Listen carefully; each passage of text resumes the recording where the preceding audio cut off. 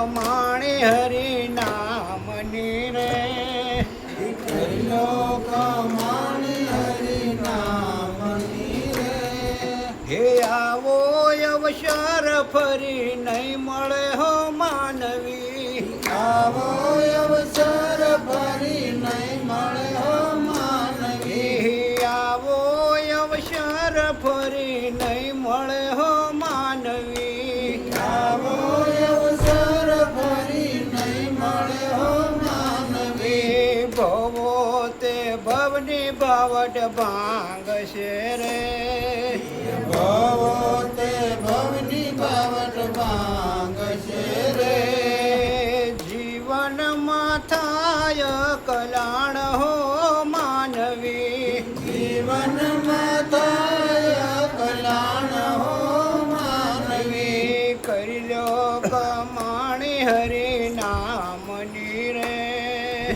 કરી લો કમાણી હરી નામની રે હે સાથે નો લાવ્યો નો લઈ જાશે રે સાથે નો લાયો નો લઈ જશે રે સાથે નો લાવ્યો નો લઈ જાશે રે સાથે નો લાયો નો લઈ જશે રે હે જેવો આયો એવો જાય હો માનવી જેવો આયો એવો જાય હો માનવી જેવો આયો એવો જાય હો માનવી જેવો આયો એવો જાય હો માનવી માયાના ખેલ જૂઠા જાણજો રે હે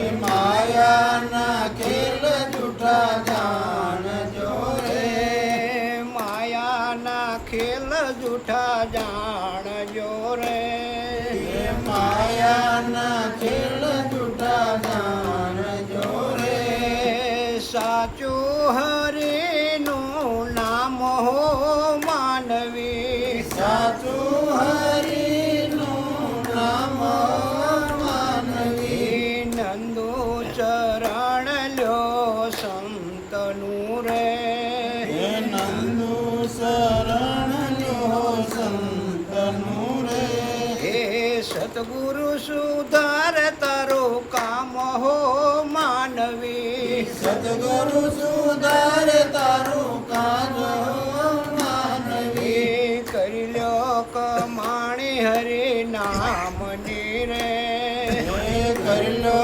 કમાણી હરી નામની રે હે આવો અવસર ફરી નહીં મળે હો માનવી આવો અવસર ફરી નહીં મળે હો માનવી કરી લ્યો કમાણી હરી નામની બહુ જ મહાપુરુષે આમ બુદ્ધિ વાપરીને શબ્દ મૂક્યો હરિ એટલે શું લગભગ ને કોઈને ખબર જ ન પડે અને કમાણી એના નામની કરવાની અને આ જગત છે કે બીજા નામની કમાણી કરવાની. હરિ કે આવા કોને એને પેલા નક્કી કરવા પડે તો આપણે કંઈક એના નામની કમાણી થાય નકર કોઈ દી ન થાય. તમે ભગવાનને ઓળખો હો પણ તમે હરિને ન ઓળખી જોજો વિચાર કરજો. આપણા ઘરે ટીવી હોય તો ટીવીમાં જોઈ અને છોકરા સુધી તૈયાર થઈ જાય. આપણે છોકરાને પૂછ્યું ને કે રામ કોના દીકરા તો કે દશરથના. જો ઓળખે હે ને ક્યાં જન્મ્યા હતા કે અયોધ્યામાં. તો કૃષ્ણ કોના દીકરા કે વાસુદેવના. ક્યાં જન્મ્યા હતા કે ગોકુળ મથુરામાં. રામાપીર કોના દીકરા કે અજમલજીના. જો બધાને ઓળખે હે ને પણ હરિ કોના દીકરા ઓળખતા હોય કહેજો ને મનમાં વિચાર કરી જોઈએ. હરિ કોના દીકરા છે ક્યાં જન્મા છે. મોટા મોટા એ જગ્યાધારી બાપુ છે ને એમને નથી ખબર. કહેવાય ખરું હરી હરી આખી જિંદગી રખડો ને પગ જાય ફરી પણ તોય ન ઓળખાય હરી. અને એવો હરી સદગુરુ ઓળખાય. અને એનું ભજન કરવાનું છે, એની કમાણી કરવાની. નકર જોજો શબ્દ કેવો વાપર્યો છે. ભણેલા હોય તો બુદ્ધિ પોગાડજો. કરી લ્યો કમાણી હરી નામની, ત્યાં સુધી તો સમજાય. પછી આવો અવસર ફરી નહીં મળે હો માં નવી. માનવી એટલે મનુષ્યને કીધું હે, પણ એ શબ્દ એમ કહે છે કે માં નવી. મને અને તમને જે કોઈને જન્મ દેવાવાળા માં મળ્યા છે, આવો દે એ માં એ ફરી ન મળે કોઈ દી. આ દેહ પડ્યા પછી આ જીવ રહ્યો એ બીજા દેહમાં જાય તો અહીંયા બીજી માં મળે. તો બીજી માં કેવી મળે હોય કોઈને ખબર નથી. હાથ પગ વિનાની મળે, હાથ પગ વાળી મળે, 2 પગ વાળી મળે, 8 પગ વાળી મળે, કેવી માં મળે એ નક્કી નહીં. પણ મળે ને મળે. અને જો એ માં ન લેવી હોય તો કે કમાણી કરી લો, પણ હરિના નામ. એટલે રામને ઓળખો છો, કૃષ્ણને ઓળખો છો, શંકરને ઓળખો છો, રામાપીરને ઓળખો છો, હનુમાનને ઓળખો છો, કોના દીકરા બધી તમને ખબર છે, ક્યાં જન્મ લીધો એ ખબર છે, પણ હરિ નથી ખબર. અહીંયા 70 મણનું તાળું વાંચ્યું છે, નાનું નથી. હરિને ઓળખવા માટે 70 મણનું તાળું છે અને એની કૂંચી ગુરુ પાસે પડી છે.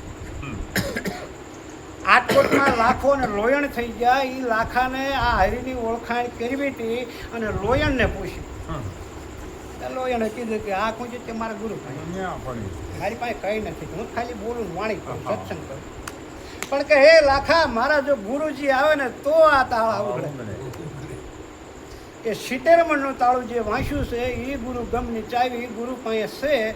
અને એની પાસે જો હું કે તમે કોઈ પણ જાય ને અને એ તાળું ગુરુ મહારાજ ઉઘડે તો ખબર પડે કે એ આને હરિ કહેવાય. અને જો એક હરિની ઓળખાણ થઈ જાય તો આ બીજા કોઈની જરૂર જ નથી. જેને જેને હરિને ઓળખી લીધા એને બીજા કોઈની જરૂર નથી. એવા હરિ છે. એટલે એમ કીધું કે જોઈજો આ માયાના ખેલ જૂઠા જાણજો, સાચું હરિનું નામ હોય. લેવી માં ન લેવી હોય તો હરિને ઓળખી લો, હરિની કમાણી કરી લો. હવે આપણે આથી વાણીને સમાપ્તિ આપી. શાહ દેવીનું આગમન થયું.